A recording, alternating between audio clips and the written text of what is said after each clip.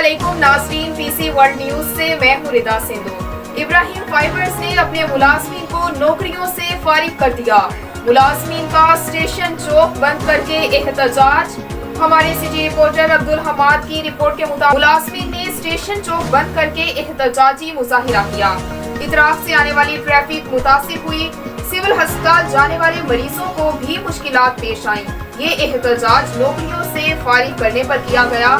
कुछ दिन पहले इन्हीं मुलाजमीन ने प्रेस क्लब के बाहर भी मुजाहिरा किया था, लेकिन कोई सुनवाई नहीं।